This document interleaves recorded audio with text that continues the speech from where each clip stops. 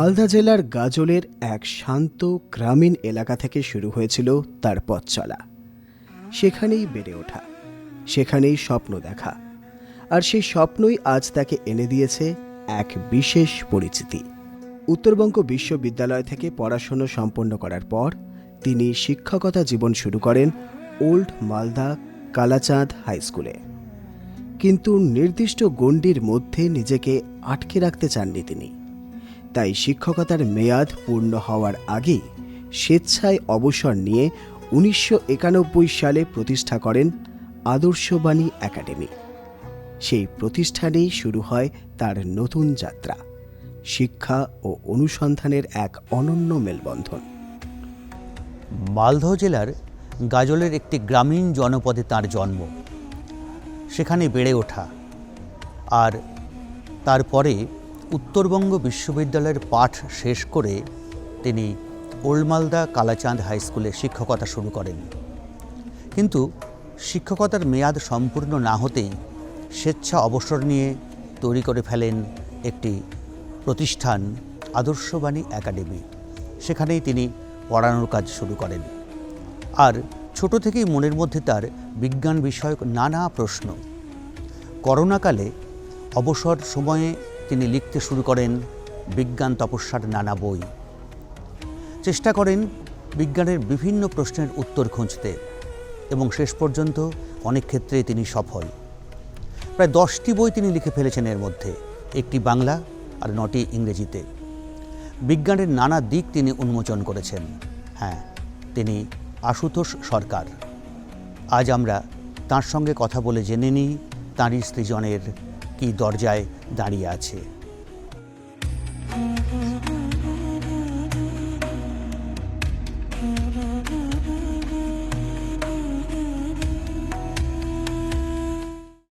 মালদা থেকে মহাবিশ্ব, তো শিক্ষকতা করতে করতে আপনার হঠাৎ মহাবিশ্বের রহস্য উন্মোচনের প্রসঙ্গ মাথায় এলো কীভাবে? এটা এক কথায় বলার সমস্যা রয়েছে, তবে এটা ঠিক, আমি শিক্ষকতা করতে করতেই আমি এই গবেষণার জগতে ঢুকে পড়েছি। আমার ছাত্রছাত্রীদের প্রকৃত জ্ঞান এবং কার্যকারণ সম্পর্ক বোঝাতে যে আমার মনে হয়েছে যে অসঙ্গতিগুলো রয়েছে, আমার দৃষ্টিতে মনে হয়েছে সেই অসঙ্গতিগুলো যদি দূর করা যায় তাহলে শিক্ষা জগৎ এবং আমার ছাত্রছাত্রীদের সকল প্রকার সমৃদ্ধি, ভারতবর্ষ এবং দেশের সমাজের সমৃদ্ধি সম্ভব।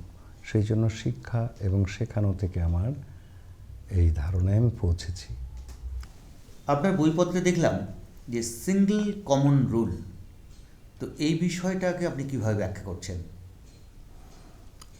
এটা প্রাকৃতিক পর্যবেক্ষণের মাধ্যমে আমি যে মিলগুলো পেয়েছি মহাবিশ্ব এবং আমাদের চারপাশে ঘটে যাওয়া ঘটনার মধ্যে অসম্ভব সঙ্গতি রয়েছে, অর্থাৎ একটা কারণের সঙ্গে অন্য একটা কারণ যুক্ত রয়েছে, এটা আমি বুঝতে পেরেছি। সেটা আমার প্রাকৃতিক পর্যবেক্ষণের মাধ্যমে। যেমন সৌরজগৎ বা মহাবিশ্ব যদি আমি উৎপত্তি ভাবতে যাই, তখন আবার ভাবি যে উদ্ভিদেও তো আমি এরকমের জন্ম দেখেছি, বীজ থেকে চারা হয়। মানুষ, জীবজন্তু সকলেরই এরকম একটা জন্ম রয়েছে। তো সকলের জন্য তাপ প্রয়োজন। পৃথিবীর মহাবিশ্বের সব কিছুই মধ্যে দিন রাত হওয়া, তারপরে ঋতু পরিবর্তন এবং মহাবিশ্বের যে সেলেস্টিয়াল ঘূর্ণন রয়েছে, হয়তো 700 বছর, 800 বছর বা 1000 বছর পরে এক একটা নক্ষত্র ঘুরতে ঘুরতে আবার আমাদের পৃথিবীর থেকে আমরা দেখি একই জায়গায় চলে আসে। তো এই সব নিয়মের মধ্যে দিয়ে আমি ভেবেছি পৃথিবীতে বা মহাবিশ্বে এমন একটি নিয়ম আছে যে নিয়ম দ্বারা সব কিছু ব্যাখ্যা করা সম্ভব। এই ধারণাটা আমার পরিপুষ্ট হয়েছে, ভাবতে পেরেছি আমি আইনস্টাইনের সেই উক্তি ইউনিফাইড ফিল্ড থিওরি, অর্থাৎ তিনিও বলতে চেয়েছিলেন যে মহাবিশ্ব যা কিছু ঘটছে সেটা একটা নিয়মের মাধ্যমে ঘটছে। আপনার বইয়ে কণাবাদকে অস্বীকার করা হয়েছে, তো তাহলে পদার্থ কী দিয়ে তৈরি? এটা বিরাট প্রশ্ন এবং খুব ভালো প্রশ্ন। এই কণাবাদ মেনে চলতে গেলে আমি পড়াতে যেয়ে এবং বর্তমান যে নলেজ রয়েছে ফিজিক্স বা অন্যান্য সায়েন্সের মধ্যে বা ব্যাখ্যা রয়েছে, যেমন ইলেকট্রন এবং ইলেকট্রিসিটি, এই মতবাদ ব্যাখ্যা করতে যেয়ে যে অসুবিধাগুলো হচ্ছে, অর্থাৎ এখানে কণা মতবাদ দ্বারা ইলেকট্রিসিটি ব্যাখ্যা করা যাচ্ছে না। তারপর সূর্য থেকে যে কণা আসছে, ধরে নেওয়া হয়েছে ফোটন কণা আসছে কোয়ান্টা প্যাকেটের মাধ্যমে, সেটা আলোর গতিবেগে আসছে, কিন্তু এখানে equal to MC square Einstein, সেখানে বলা হয়েছে পদার্থ বা কোনো কণা যদি আলোর গতিবেগে ছোটে সেটা শক্তিতে রূপান্তরিত হয়ে যায়। তো এই সব ঘটনা কণাবাদকে প্রশ্নের মুখে ফেলে যে তড়িৎ চলছে পরমাণুর কোন জায়গা দিয়ে চলছে। তো যেহেতু কণা ধরা হয়েছে, নিউট্রন প্রোটনের নিউক্লিয়াস রয়েছে পরমাণুর মধ্যে, সেই পরমাণু দিয়ে আবার তার বা আমাদের ওয়্যার, সে তামা হোক, অ্যালুমিনিয়াম হোক, সোনা হোক, তো সেই কণাবাদ এগুলোকে ব্যাখ্যা করতে বাধার সৃষ্টি করছে। আমার মনে হয়েছে এগুলো কণার পরিবর্তে এমন কিছু দ্রবণীয় জিনিস রয়েছে যা সঙ্গে সঙ্গে পরিবর্তিত হয়ে সেখান দিয়ে কোনো প্যাসেজ বা মানে আবদ্ধ করে দেওয়া কোনো একটা ফোর্সকে চলাচলের ব্যাঘাত না ঘটায় এরকম একটা বিষয় থাকতে হবে। সেই জন্য আমি কণাবাদকে অস্বীকার করার এগুলো হচ্ছে মুখ্য কারণ। হ্যাঁ, আপনি বলছেন যে চাঁদের টানে জোয়ার ভাটা হয় না, তাহলে কিভাবে হয়? এখানে একটু বলি, চাঁদের টানে জোয়ার ভাটা হয় না এটা আমি প্রথম বলছি না, মহাবিজ্ঞানী গ্যালিলিও এটা বলেছেন, যিনি এক যুগান্তকারী উদ্ভাবন দিয়েছেন হেলিওসেন্ট্রিক সোলার সিস্টেম ব্যবস্থা, জিওসেন্ট্রিংয়ের বাইরে। তো তিনিই বলেছিলেন চাঁদের টানে জোয়ার ভাটা হওয়া সম্ভব নয়, এটা একটি শিশুসুলভ ভাবনা মাত্র। সেটা পার্থিব অন্য কোনো কারণ আছে যেটা আমরা বলতে পারছি না, তারই একটা কারণ হবে। আমি সেটাকে প্রুভ করার চেষ্টা করেছি এবং এখানে এসেও এই গ্র্যাভিটি বা এই কণাবাদ এখানেও একটা ব্যাঘাত সৃষ্টি করছিল। কিন্তু এখন আমার থিওরিতে এটা প্রমাণ করা সম্ভব হচ্ছে যে সূর্যের তাপশক্তির মাধ্যমে এবং সময় সূত্রাংশ ফিব্রিলেশন র্যাপিং অ্যাকশনের দৌলতে বস্তু জগতে আছে এবং মহাবিশ্ব পরিচালনা করছে। এই অজানা তিনটি বিষয়, সূত্রাংশ, বস্তু নির্মাণকারী সময় এবং বস্তুর গর্ভ বস্তু অর্থাৎ উম্বাল, টাইম ফিব্রিল ওম্ব, আমাদের থিওরি যে প্রজেক্ট আমার ওয়ার্ল্ড ওয়াইড চলবে যেটা আমাদের রয়েছে, সেটা থিওরিটা না হচ্ছে টাইম ফিব্রিল ওম থিওরি।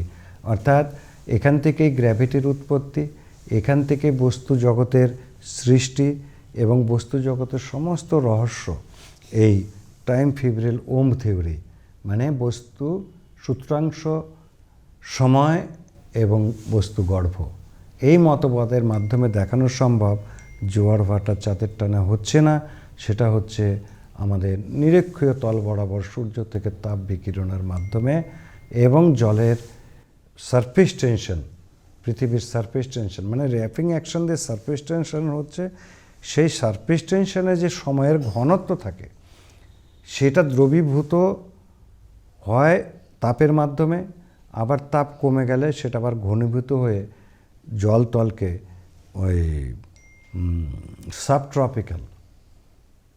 সাবট্রপিক্যাল বেল্টে সংকুচিত করে ফেলে, আর নিরক্ষীয় অঞ্চলটা তখন ফুলে ওঠে, ওখানে তাপ ঢোকে, ফলে সারফেস টেনশন লঘু হয়ে যায়, সময় ঘনত্ব লঘু হয়ে যায়, ফলে তারা পৃষ্ঠটান কমে যায়, জল সেখানে ফুলে ওঠে। তার পাশে রয়েছে দুপাশে দুটো সাবট্রপিক্যাল বেল্ট, যেখানে ট্রপোস্ফিয়ার থেকে নিরক্ষীয় অঞ্চল থেকে উষ্ণ বায়ু মানে গর্ভ, জলীয় বাষ্পের গর্ভ উঠে যাচ্ছে, শীতল হচ্ছে ট্রপোস্ফিয়ারের, এখানে 3 থেকে 4 কিলোমিটারের মধ্যে ঘুরছে, ওখান থেকে শীতল বায়ু সাবট্রপিক্যাল বেল্টে নেমে আসছে, উপক্রান্তীয় বলয় যেখানে রয়েছে নেমে এসে ওখানে তাপমাত্রা কমিয়ে দিচ্ছে, ফলে সমুদ্র পৃষ্ঠের পৃষ্ঠটান বেড়ে যাচ্ছে। পৃষ্ঠটান বেড়ে গেলে ওই সূত্রায়ন নিয়ম অনুসারে সেটা সমগ্র বলয়কে সংকুচিত করে ফেলছে, ফলে সেটা বসে যাচ্ছে, নিরক্ষীয় অঞ্চলের জল ফুলে যাচ্ছে এভাবে কিন্তু জোয়ার মানে বালজিং অফ ওয়াটার সারফেস বা জলের ফুলে ওঠার ঘটনাটা করছে, যেটাকে আমরা জোয়ার বলছি। অজানা যে সময় ঘনত্ব থিওরি, টাইম র্যাপিং, যে টাইম ফিব্রিল ওম থিওরি, এই সূত্র দিয়ে জোয়ার ভাটা যে পার্থিব বিষয় সেটা ব্যাখ্যা করা যাচ্ছে। আমি যদি এটা কোনোভাবে প্রমাণ করা সম্ভব, এর জন্য স্যাটেলাইট এবং ড্রোন এবং গ্লোবালি রিসার্চ দরকার, ওপর থেকে দেখা এবং অন্যান্য অনেক কিছু দিয়ে পরীক্ষা করলে সে বিষয়গুলো হয়তো ভবিষ্যতে হবে। এটা প্রুভ করা সম্ভব যে এটা একটা পার্থিব ঘটনা। গ্যালিলিওর কাছে আমি কৃতজ্ঞ।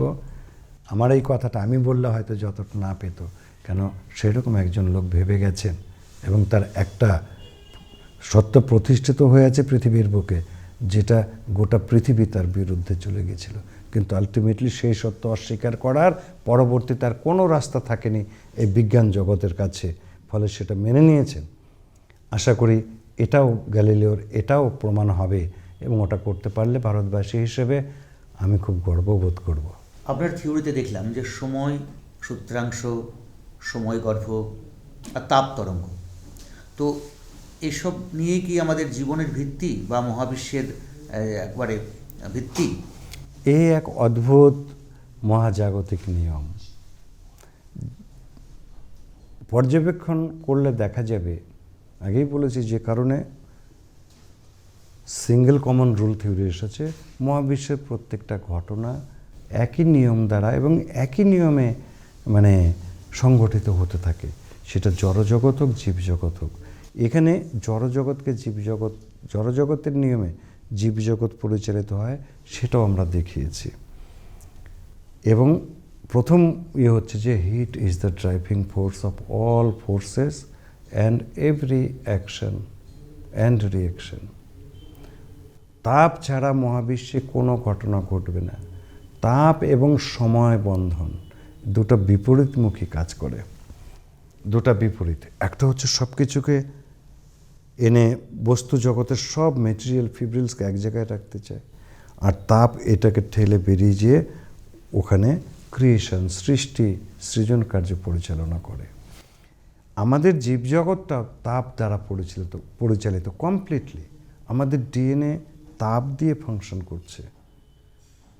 আমাদের হরমোন এখনও তার ধর্ম বা তার উৎপত্তি, তার ব্যাখ্যা সঠিকভাবে দেওয়া সম্ভব হয়নি। এনজাইম কাজ করে এটা আমরা জানি, উৎসেচক খাবার পরিপাকের জন্য। কে করায়, কি মেকানিজম, ইনার মেকানিজম, কোন শক্তি দিয়ে করাচ্ছে। প্রত্যেক কাজের পিছনে একটা শক্তি দরকার। আমি একটা মিল চালাবো তাও শক্তি দরকার, আমি এই যে হাত উঠাবো তাও শক্তি দরকার। আর আমার দেহের তাপ যখন থাকবে না, আমি হাত পা মুখ টুক ঠোঁট কিচ্ছু নড়বে না। এটা তো আমাদের কমন অভিজ্ঞতায় দেখি, যে মানুষ মরে গেছে তার এক ফোঁটাও তার দেহে তাপ থাকবে না। তো এই যে তাপ দ্বারা পরিচালিত মহাবিশ্ব এবং তাপ চলনের একটা নির্দিষ্ট নিয়মে চলে, গোটা মহাবিশ্বব্যাপী একই নিয়মে চলে, যেটা জীবজগতে মানে জড়জগতে চলছে, কসমস বা মানে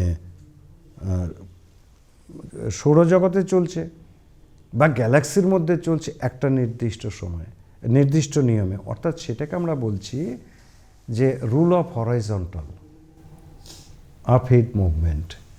একটা নির্দিষ্ট নিয়মে কোনো পরমাণু, পৃথিবী, সূর্য, গ্যালাক্সি, মহাবিশ্ব একটা নির্দিষ্ট নিয়মে চলছে।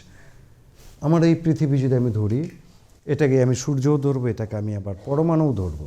আমি একটা জিনিসকে সব কিছু ধরে নিচ্ছি, এটাকে একবার পরমাণু ভাবি, একবার পৃথিবী ভাবি, একবার সূর্য ভাবি, এক গ্যালাক্সির কেন্দ্রে যে বৃহৎ সূর্য সেটা ভাবি, আর মহাবিশ্বের কেন্দ্রে যে আছে সেটাকে আমি এটাকেই সূর্য ভাবছি, এটাকেই প্ল্যানেট ভাবছি, এটাকেই আবার পরমাণু ভাবছি। কেন? এই তিনটা বিষয় একই নিয়মে কাজ করছে এবং তিনটা এই বিষয়গুলোর উৎপত্তি বা বার্ডিং নিয়মও এক, আর সবাই গর্ভ দ্বারা নির্মিত। অর্থাৎ মাতৃবস্তু থেকে, মাতৃবস্তুর চারদিকে যে তা মানে সময় বলয় রয়েছে, টাইম, ওই যে বললাম যেটা দিয়ে পেঁচাচ্ছে, এটা মানে শুধু গায়ে সেটা নেই, এটা বহু দূর পর্যন্ত গেছে। পৃথিবীর এই পেঁচানোর ক্ষমতাটা অনেক দূর। কত দূর গেছে? যত দূর থেকে সে একটা মুক্ত বস্তুকে টেনে পৃথিবীতে নিতে পারছে। আর আগে বলা হয়েছে গ্র্যাভিটি অসীম পর্যন্ত গেছে। এই অসীম তত্ত্ব, ওই যে চাঁদের জোয়ার ভাটার ধরতে হয়েছে ওই জন্য অসীম তত্ত্ব, যে চাঁদের অসীম, চাঁদের অভিকর্ষ টান পৃথিবীতে এসে জলকে টেনে, অসীম তত্ত্ব ছাড়া এটা ব্যাখ্যা করা যাবে না। কিন্তু বাস্তব অসীম তো নয়। আমরা কিছুদিন আগে কি দেখলাম, চন্দ্রযানে বুলেটিন দেওয়া হচ্ছে যে আজ আমাদের চন্দ্রযান পৃথিবীর অভিকর্ষীয় ক্ষেত্র পার হয়ে গেছে, আর 13 দিন পর চাঁদের অভিকর্ষীয় ক্ষেত্রে প্রবেশ করবে। এটা বলা হয়েছে এবং ফিজিক্স তাই বলছে। তো এই যে দ্বন্দ্ব রয়ে গেছে গ্র্যাভিটি এবং মানে ইসের, তো আমাদের এই র্যাপিং অ্যাকশন এক জায়গায় যে শেষ হয়ে যাচ্ছে, ওখানে এই পৃথিবীটা শেষ হয়ে গেল। তারপরে কি থাকলো, তারপরে আছে কার গর্ভে, সূর্যের সময় গর্ভে, তারপরে সূর্যের সময় গর্ভের যে মাধ্যম ওই নিউট্রনো ফিব্রিল টাইম মাধ্যম, তারপরে এরই সন্তান, এটা পৃথিবীর গর্ভে আছে, সরি চাঁদ আর পৃথিবী বলছি, এটা পৃথিবীর গর্ভে আবার চাঁদ আছে। তো এর অভিকর্ষীয় ক্ষেত্রের বাইরে এখান থেকে কিন্তু চাঁদ উৎপত্তি হয়েছে by the process of birding, পৃষ্ঠ বিবেচনের মাধ্যমে। চাঁদ যখন এখানে আছে, আমাদের সামাজিক বা সম্পর্কের নিয়মে আমার ছেলে, আমি তাকে ওই পাড়ায় একটা বাড়ি বানিয়ে দিয়েছি। আমার বাড়ির সঙ্গে ওর কোনো ওই এরিয়ার কোনো, বা পাশের বাড়ির সঙ্গে ওর বাড়ির 3 ফিট আমার ভেতরে ঢুকে নেয়, বা আমার বাড়ির 3 ফিট ওখানে ঢুকে নেয়। এরকম একটা মানে সভারেনিটি আমার কান্ট্রিরও, আমার কোনো কান্ট্রির কোনো জায়গা অন্য কান্ট্রিতে ঢুকে থাকবে না, অন্য কান্ট্রির জায়গায় ঢুকে থাকবে না। That is dispute. এই ডিসপুট মানে ধ্বংস। তো মহাবিশ্বে তো সে ডিসপুট থাকবেই না, কেন এটা একদম ওয়েল বিল্ট। ওদের তার মানুষের মতো বদবুদ্ধি নেই যে ওরা জোর করে যে একটু ঢুকে গেলাম, ওরা নিয়ম মানবে প্রত্যেকটা। যেমন তো চাঁদ এখানে আছে পৃথিবীর গর্ভে, চাঁদের জন্য আলাদা ওই যে আবার র্যাপিং ক্ষেত্র আছে। 1/6 মাপলে দেখা যাবে যে পৃথিবী যত দূর থেকে বস্তুকে টেনে পৃথিবী নিতে পারে, চাঁদ ওর 1/6 দূরত্ব পর্যন্ত থেকে টেনে পৃথিবীতে চাঁদের পৃষ্ঠে নিতে পারে। তো এইভাবে চাঁদের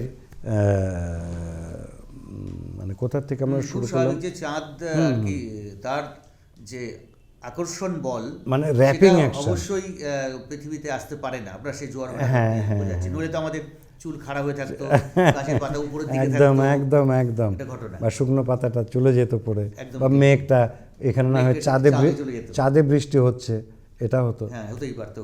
না টানলে তো তাই হওয়ার কথা। হ্যাঁ, আমার এই কমন লজিক এবং বাস্তবতার সঙ্গে এক্ষেত্রে অদ্ভুত একটা মিল।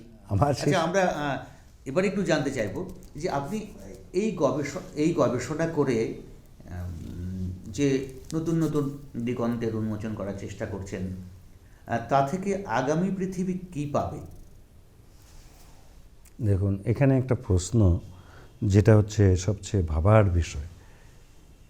আমার ভারতবর্ষ বা পৃথিবীর বিভিন্ন দেশ অনেক মহাপুরুষ, অনেক চিন্তাবিদ, অনেক দার্শনিকের জন্ম দিয়েছে।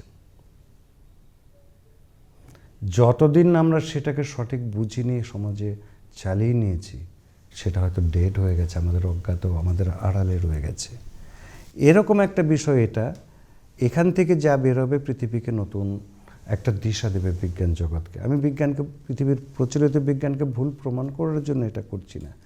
আমি সেই আমার অতীতে করে যাওয়া যারা মহামানব, মহাপুরুষ, বিজ্ঞান বলেন, দার্শনিক, চিন্তাবিদ, আমি তাদের কাজের একটু হেল্প করতে চাইছি। আমিও একটা কন্ট্রিবিউশন রাখতে চাইছি ভারতীয় হিসাবে, একজন শিক্ষক হিসেবে, যে এই অসঙ্গতিগুলো আমার মনে হচ্ছে সেটা পৃথিবীর মানুষ, আমার রাষ্ট্র, আমার সমাজ, আমার রাজ্য, যারা চিন্তাশীল আছে তারা দেখুক, ভাবুক, যদি এটা দ্বারা আমাদের এবং পৃথিবীর বিশেষত শিশুদের পঠন পাঠনের, মানে যেহেতু একই নিয়মে পড়বে সব, ওকে আলাদা ফিজিক্স, কেমিস্ট্রি, বায়োলজি আলাদা পড়তে হবে না। এরা এখন একই নিয়মে যতগুলো সাবজেক্ট নলেজের মানে ভান্ডার রয়েছে, যত রকম আমরা ডিভাইডেড করে দিয়েছি, আর মিলাতে পারছি না একসঙ্গে, যেটা ইউনিফাইড করার কথা। এই নিয়মে ও 24 বছরের পড়া 20 বছরে কমপ্লিট করবে, অর্থাৎ মাস্টার ডিগ্রির নলেজ যে সাবজেক্টে যা হয়, এটা সব সাবজেক্ট পড়বে, একই সঙ্গে পড়বে, 18 বছরে মাস্টার ডিগ্রির নলেজ সে পৌঁছে যাবে। কেন? মানে নিয়মের ভিন্নতা নাই, কন্ট্রাডিকশন নেই। ফিজিক্স এই ঘরে এটা বলছে, ওই ঘরে আর একটা বলছে, ওটা নেই। ভূগোলও এখানে একটা বলা হচ্ছে, ওখানে যে ওটা মিলছে না, এটা থাকবে না। ফলে কি হচ্ছে, লার্নিং পিরিয়ডটা কমে যাবে, মানে এতদিন পড়তে হবে না, এবং যা বুঝবে একটা নির্দিষ্ট লজিকের উপরে দাঁড়িয়ে বুঝবে, যেটা জীবনে ভুলবে না। এই থিওরির এটাই গুরুত্বপূর্ণ দিক। আমাদের দেখেছি, আমি স্কুল লেভেলে তো আমি রিসার্চ করি, আমার পড়ানো মানে আমি একটা রিসার্চ করছি কার উপরে, আমার শিশুদের উপরে, তারা কিভাবে বোঝে, কিভাবে মাথায় রাখে, কি কারণে মানুষ মাথায় রাখতে পারে না। যে জন্য আমাদের একটা নতুনই সায়েন্স, আমাদের একটা ব্রাঞ্চ এখানে আছে, সায়েন্স অফ মাইন্ড। তো মাইন্ড কিভাবে কাজ করে, অর্থাৎ এই নিয়মে পড়লে ও মাইন্ড জানবে, ও ফিলোসফার হবে, ও সাইকোলজিস্ট হবে, ও ফিজিসিস্ট হবে, বায়োলজিস্ট হবে, ম্যাথামেটিস্ট হবে। অর্থাৎ সব সাবজেক্ট যেহেতু একসঙ্গে চলছে, একটা গোটা জিনিসের সব একসঙ্গেই চলা উচিত, নলেজ কোনোদিন টুকরো টুকরো না। এটা হবে শিক্ষা জগতের সবচেয়ে বড় অবদান শিশুদের জন্য, যে ওরা একই নিয়মে, আপনি হয়তো আমার স্কুলে গেলে আমি দেখাতে পারবো, আমার ছোট ছোট 6, 7, 5 ছেলেমেয়েরা কত সুন্দর নিয়মগুলো বলছে, ওরা বুঝতে পারছে, অসঙ্গতিগুলো যেটা বলা হয়েছে ওরা বুঝতে পারছে, স্যার এটা খুব যুক্তিসঙ্গত, আমাদের কাছে এটা খুব মনে রাখতে পারছে বলে এই 1 মাসের ট্রায়ালে তারা সুন্দর বলতে পারছে, সেটা আপনারা হয়তো দেখবেন। তো এই যে বিষয়গুলো হয়েছে এটা কমবে। 2 নম্বর হচ্ছে এটা রাষ্ট্রীয় সহযোগিতা ছাড়া বা পৃথিবীর বিজ্ঞান জগতের বিজ্ঞানীদের সহযোগিতা ছাড়া এটা আমার নয়। আইনস্টাইনকে নিয়েও যদি কাজ না হতো বা ম্যাক্স প্লাঙ্কে নিয়েও যদি কাজ না হতো, ওটা প্লাঙ্কেই করতে হতো, ওটা ওখানেই বইয়ে থেকে যেত। এখানে সমাজ, মানুষ, এই যে আপনাদের মতো চিন্তাশীল মানুষ যারা এটা নিয়ে ভাবছেন, আমি খুব নিজেকে গর্বিত, গর্ববোধ এটাই জন্য হচ্ছে যে আমি এমন একটা জায়গায় বাস করি, অন্তত দূরদর্শন থেকে যারা আপনারা এসেছেন তাদের এই জন্যই কৃতজ্ঞতা আমি জ্ঞাপন করছি যে আপনারা তো একটা ভাবনাকে মূল্যায়ন করার জন্য বা তুলে ধরবার জন্য এসেছেন। যদি রাষ্ট্রীয়ভাবে হয়, এটার থেকে বিজ্ঞানের সমস্ত জগৎ এবং অন্য এগিয়ে থাকা দেশগুলোকে আগামী 15 বছরে ছুঁয়ে ফেলবে। এটুকুই আমার বলার আছে যে আমি একা কিছু করতে পারবো না। আমার ছাত্রছাত্রী তৈরি করছি, তারা ফিউচারে করবে, আর আমার সমাজ বা আমার দেশ, আমার রাষ্ট্র যদি কোনো কিছু করে, আমি তার জন্য প্রস্তুত আছি, আমি দিয়ে দেবো সব। যে আপনারা করুন, এটা আমার কোনো ইয়ে নেই, আমি শুধু একটা অবদান রাখতে চাইছি ভারতীয় হিসাবে, পৃথিবীতে ছড়িয়ে যাক। শৈশব থেকেই বিজ্ঞানের প্রতি ছিল তার অগাধ কৌতূহল, নানা প্রশ্ন, নানা ভাবনা, যার উত্তর খুঁজতে তিনি নিরন্তর চেষ্টা করে গেছেন। বিশেষ করে করোনার সময়কালে সেই অনুসন্ধান আরও গভীর হয়ে ওঠে। তিনি কলম ধরেন, লিখতে শুরু করেন বিজ্ঞানের নানা দিক নিয়ে। এরই মধ্যে তিনি রচনা করেছেন প্রায় 10টি বই, 1টি বাংলা ভাষায় এবং 9টি ইংরেজিতে। তার লেখনীতে উঠে এসেছে বিজ্ঞানের জটিল বিষয়ের সহজ ব্যাখ্যা, নতুন দৃষ্টিভঙ্গি এবং গবেষণার ছাপ। আপনি অল্প সময়ের মধ্যে বেশ কিছু বইপত্র লিখে ফেলেছেন দেখলাম। তো এখানে বিভিন্ন বই দেখতে পাচ্ছি টেবিলেও। এই বইগুলো থেকে দেশ বা সমাজ বা শিক্ষার্থীরা কিভাবে উপকৃত হতে পারে? এটা তো আমার কাছে খুব এক্সাইটিং যে সবচেয়ে বেশি উপকৃত হবে শিক্ষার্থী, কিন্তু আমরা ট্যাম্পারিং করে পড়াই, যে জন্য আমাদের সমাজে প্রচলিত আছে এত বই। আমার এখানকার বাচ্চারা অল্প সময়ের যত বিষয় শেখে, শুধু লজিক্যাল এডুকেশন আছে বলে ওরা দ্রুত শেখে, সেটা আমাদের একাডেমিক রেকর্ড, রেজাল্ট, কম্পিটিশন রাজ্যব্যাপী হোক, জেলাভিত্তিক হোক, সেটা লক্ষ্য করলে পাওয়া যাবে যে এদের শিক্ষা গ্রহণের যে স্পিড বা যত দ্রুত তারা শিখতে পারে, সেটা লজিকের মাধ্যমেই শেখে। আর এই যতগুলো বই এখানে লেখা আছে, সেগুলোর সেই একটা সূত্র, একই লজিকে সকল সাবজেক্ট শিখবে, সেটা আমরা উদ্ভাবন করার চেষ্টা করেছি। এটা হচ্ছে প্রধান আমাদের চাইল্ড সেন্ট্রিক চিন্তাভাবনা, যে শিশুদের শেখার জন্য, যেটা নিয়ে আমি সারা জীবন কাজ করেছি, যে লজিকটা দিয়ে যদি পড়ানো হয়, এই লজিকে ও প্রচলিত শিক্ষা ব্যবস্থা যেভাবে প্রচলিত হয় তার থেকে অনেক দ্রুত সব উপলব্ধি, শুধু শেখা নয়, ওরা একজন ভালো মানুষও পরিণত হবে। তো সেই জন্য আমাদের নতুন একটা ব্রাঞ্চ এখান থেকে বেরোচ্ছে, শিক্ষা দর্শন। এটা আমাদের আরও সুন্দর করে তৈরি করার বিষয় রয়েছে আমাদের এখানে, সেটা আমরা দেখিয়েছি। 2টো বই আছে, যে বইগুলোতে আমাদের শিক্ষা দর্শনের কিভাবে দ্রুত শেখা যায় এবং ব্রেন এবং আমাদের মাইন্ড কিভাবে আমাদের শিখতে সাহায্য করে, সেই বিষয়গুলো আমরা এখানে দেখিয়েছি। আপনারা যদি যাকে এখন খুঁজে পেতে একটু সমস্যা হচ্ছে। ঠিক আছে, তো আমরা কি কি বিষয় মূলত আলোচিত হয়েছে শুয়ে যাওয়া? তো বইগুলোতে মূল বিষয় এক, origin of the universe and it's forces, এবং বিশ্বজগতের, জীবজগৎ এবং জড়জগতের সব ব্যাখ্যা একটা নিয়মের মাধ্যমেই জানা যাবে।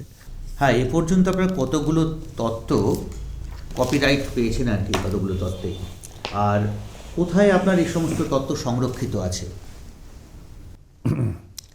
এটাও একটা ভালো প্রশ্ন। অরিজিনালি আমার 4টা বই এ পর্যন্ত কপিরাইট পেয়েছে। এই 4টা বইয়ের মধ্যে 5 শতাধিক, তার মধ্যে আছে 117টা অ্যাবস্ট্রাক্ট অ্যান্ড পেপার। মানে আমি অলরেডি সেগুলো কিছুটা তৈরি করেছি পেপার, আর বাদবাকি 20টার মতো পেপার তৈরি করা আছে, বাদবাকি অ্যাবস্ট্রাক্ট হিসেবে আছে। আমি সেটারও গত মাসে আমি কপিরাইট পেয়েছি। মোটামুটি ধরুন গবেষণার বিষয়বস্তু 400 থেকে 500 হবে। আমাকে ওটা খুঁজে বের করতে হবে, এগুলো এন্ডলেস হয়ে যাবে পড়ে, এত সংখ্যক আছে, কারণ ওই 4টা বইয়ে প্রচুর বিষয় রয়েছে। আর ওই অ্যাবস্ট্রাক্ট অ্যান্ড পেপার 117টা আমি কপিরাইট পেয়েছি। এই তার মানে ইয়েগুলো এখানে আছে, কপিরাইটের নমুনা, ওখানে একটা বাইন্ডিং করা রয়েছে কপিরাইট। এই বইগুলোর নাম লেখা আছে এবং এখানে লেখা আছে এই বইয়ের মধ্যে যে ওয়ার্কসগুলো রয়েছে সেই ওয়ার্কসগুলো হচ্ছে কপিরাইটেড, হ্যাঁ, রেজিস্ট্রেশন করেছে গভর্নমেন্ট অফ ইন্ডিয়া।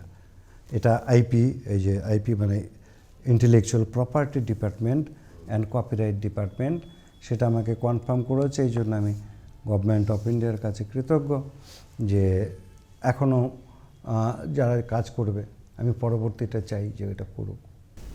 এতক্ষণ আমাদের সময় দেওয়ার জন্য আমরা জলপাইগুড়ি দূরদর্শনের পক্ষ থেকে আপনাকে অশেষ ধন্যবাদ ও কৃতজ্ঞতা জ্ঞাপন করছি। ধন্যবাদ জলপাইগুড়ি দূরদর্শন কেন্দ্র এবং শ্রোতা বন্ধুদের আমার আন্তরিক শুভেচ্ছা এবং অভিনন্দন। আমি চাইব এই বিষয়টাকে আপনারা এবং ছাত্ররা একটু দেখবেন।